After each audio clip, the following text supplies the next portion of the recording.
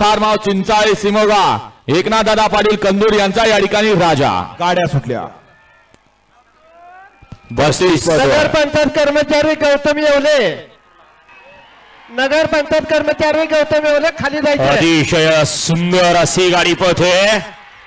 मथुर आणि भुंगा मागणे गाड्याले पलीकडला कोपरा.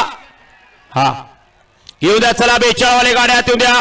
36 37 38 39 40 41 42 गाड्या आता चला. 50 वाले तयारी लागा. गाड्या लुपायचा मार्ग धरा.